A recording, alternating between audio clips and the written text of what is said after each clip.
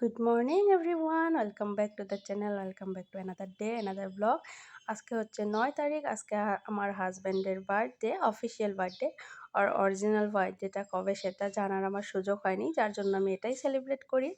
আর আজকে সকালবেলায় আমি স্নান করে পুজো দিয়ে আজকে ব্লগটা শুরু করছি, কারণ খুবই স্পেশাল দিন। তো ঠাকুরকে সেরকম কিছু স্পেশাল ভোগে দিতে পারলাম না, তার কারণ হচ্ছে ঘরে সেরকম কিছু নেই। দি ভাইকে একটু আদর করে দাও। হ্যাঁ দাও, একটু দি ভাইকে আদর করো। হ্যাঁ, আগে তুমি আদর করো, তারপর দেখাবো। সাইড, তোমার ছোট ভাইয়া না? আদর করো, সাইড করো। হ্যাঁ, সাইড। হ্যাঁ, তুমি ভাইয়া। দাদা না, ভাইয়া। তুমি ময়নার দাদা, দিদি ভাইয়ের ভাইয়া। তোমার দিদি ভাই কোনটা বাবা? এটা তোমার দিদি ভাই। হ্যাঁ মাম্মা, তোমার ভাইয়া কোনটা? এটা? হ্যাঁ, ওটা কি দেখি? এদিকে ঘোরাও তো দেখি, আমি দেখতে পাচ্ছি না তো। এটা ই, ই ই ই ফর এলিফ্যান্ট। দেখি দেখি, এদিকে ঘোরাও, ভালো করে ঘোরাও। এটা টি, টি টি ফর টাইগার। ফ্রেন্ডস দেখো, হালকা একটু বৃষ্টি হওয়াতে ওয়েদারটা কতটা চেঞ্জ হয়েছে। তো অনেকটাই মানে উত্তাপ কমেছে, রোদ্দুর। তো এখন দেখা যাবে কালকে কি হয়।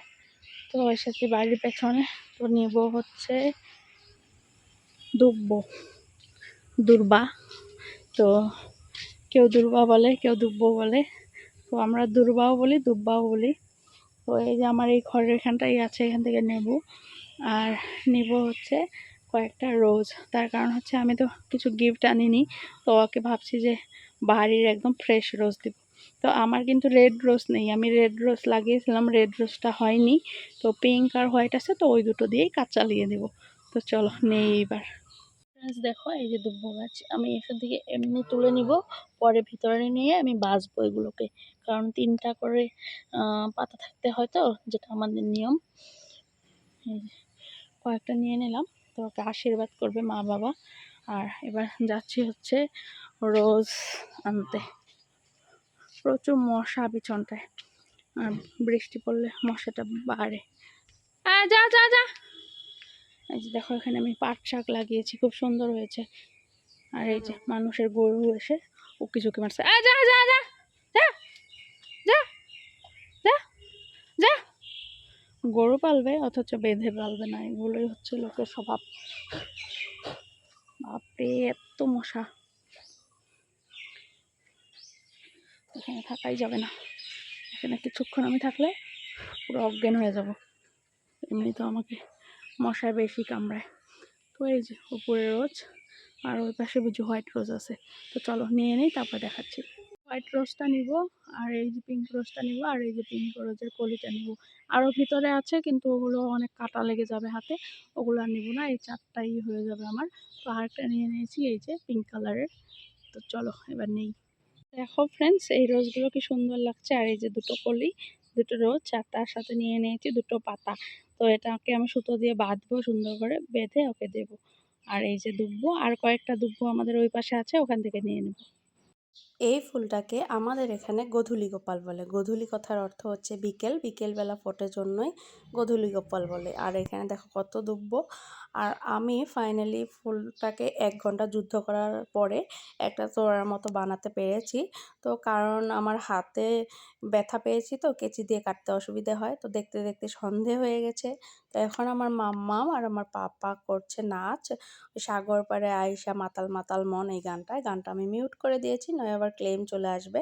আর দেখো, এটাই হচ্ছে আমার হাজব্যান্ডের বার্থডে কেক। তো এখন বার্থডে সেলিব্রেট করব, আর সঙ্গে থাকবে তোমরা। তো চলো দেখতে থাকো।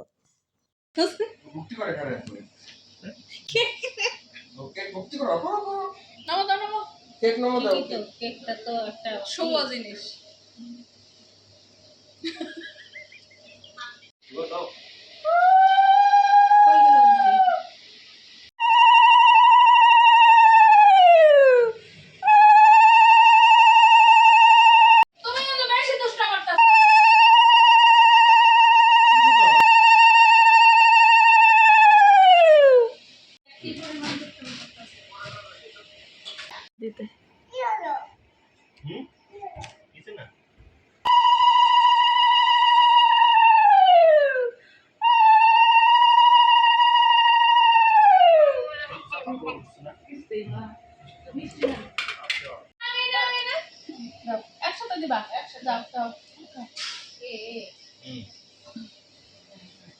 মাথায় দাও।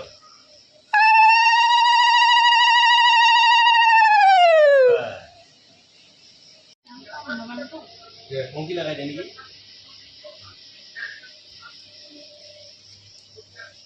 Happy birthday to you, happy birthday to you, happy birthday dear Gopu.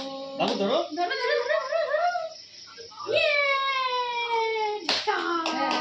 Birthday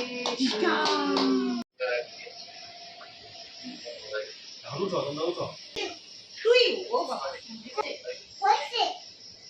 বাবু এই ফুলগুলো দেখতে কত সুন্দর তাই না? এই ফুলগুলো আমার হাজবেন্ড যেখানে কাজ করে ওখানকার ফুল, ও তুলে নিয়ে এসেছে। তার কারণ হচ্ছে আমার ফুল দেখতে খুব ভালো লাগে। আর আজকে হচ্ছে নেক্সট ডে, আমার সকাল সকাল স্নান হয়ে গেছে। আজকে আমাদের এখানে বৃষ্টি পড়ছে, তো এখন থেকে ব্লগটা আবার কন্টিনিউ করছি, দেখতে থাকো। আর কি বৃষ্টি দেখতেছো? হ্যাঁ, তুমি বড় হয়ে গেছো। আজকেও আমার পুজো দেওয়া শেষ, শুধু এইটুকুই তোমাদের সাথে শেয়ার করলাম। আর এখানে ওরা নাচানাচি করছে। আর দেখো প্রকৃতি কত সুন্দর তাই না? কি সুন্দর এই কৃষ্ণচূড়াগুলো, দেখো কি দারুণ লাগছে দেখতে। আর আজকে আরেকটা দিন, আজকে আমি যাচ্ছি হচ্ছে আবার ডক্টর চেকআপের কাছে। তো সঙ্গে নিয়েছি আমার পাপাকে। তো অলরেডি আমরা পৌঁছেও গেছি আমাদের ডেস্টিনেশনে।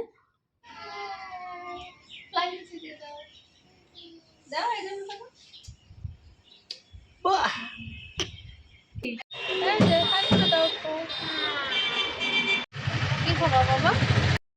তো আজকে খাচ্ছি আমি বছরের প্রথম জাম। আমি জাম খেতে ভালোবাসি, তাই আমার বর নিয়ে এসেছে। আগে আমাদের বাড়িতেও একটা বড় জাম গাছ ছিল, কিন্তু সেটা ঝড়ে ভেঙে গেছে। তোমাদের দুজনের খুব মিল। হ্যাঁ, হ্যাঁ, দুজনে দুজনকে চুমু দাও। তুমি ভাইয়াকে চুমু দাও একটা, ভাই একটা চুমু দাও। হ্যাঁ, দুজনে আদর করো। হুম হুম, বলো ভাইয়া। এই যে দেখো আমাদের বাড়ির কাপড়ের কোনো শেষ নেই। তো এখন বিকেল হয়ে গেছে, বিকেলবেলাও কাপড় ধুয়ে দিয়েছে। তো এখন সন্ধে হয়ে গেছে, আর সন্ধেবেলা ওরা আবার নাচি নাচে খেলু করছে। তো ফ্রেন্ডস, আজকে আমি ব্লগটা এখানে শেষ করছি। তো এখন ঘড়িতে বাজে রাত্রি 10:30। তো আমাদের খাওয়া দাওয়া সবারই প্রায় কমপ্লিট।